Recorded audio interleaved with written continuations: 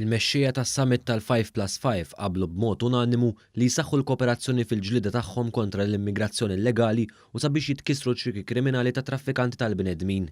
Il-15 edizzjoni ta' din il-laqgħa li saret f'Malta għal darb'oħra ġabret 10 ministri tal-affarijiet barranin minn pajjiżi Ewropej u Afrikani sabiex jiddiskutu temi kurrenti.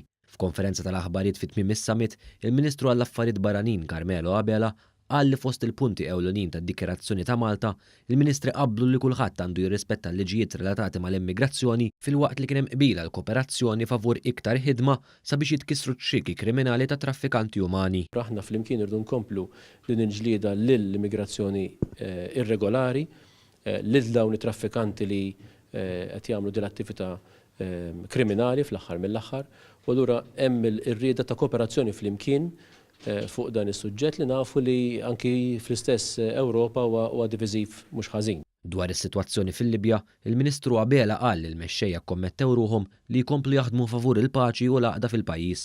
Qalu li dan jista' jsir biss jekk iservu ta' spalla għall-awtoritajiet Libjani.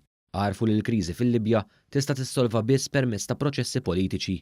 Il-Ministri rikonoxxew ukoll il-kriżijiet fis-Sirja u l-Lvant Nofsani u sostnew li s-soluzzjoni ma tistax tkun waħda b'forzi militari. Aħna nħossu li dialogu għandu jirbaħ fuq kull forma oħra ta' azzjoni. Żgur li azzjoni militari ma solvix dal-problemi, anzi azzjoni militari tkompli tħarraġ dawn il-problemi plus toħloq diffikultajiet u problemi umanitari għaċ-ċittadini ta' dawk il-pajjiżi kif ukoll toħloq aktar immigranti u refuġjati. Ir-rappreżentanta għolja tal-Unjoni Ewropea Federica Mogherini qalet li l-problema tal-immigrazzjoni hija tal-Unjoni Ewropea kollha kemm hi.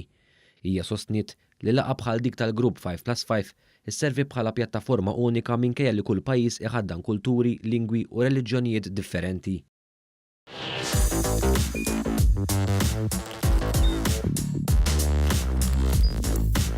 Idħol fuq one.com.mt u hemmhekk tista' tara l-programmi kollha li jxandru fuq One permezz ta' One Play.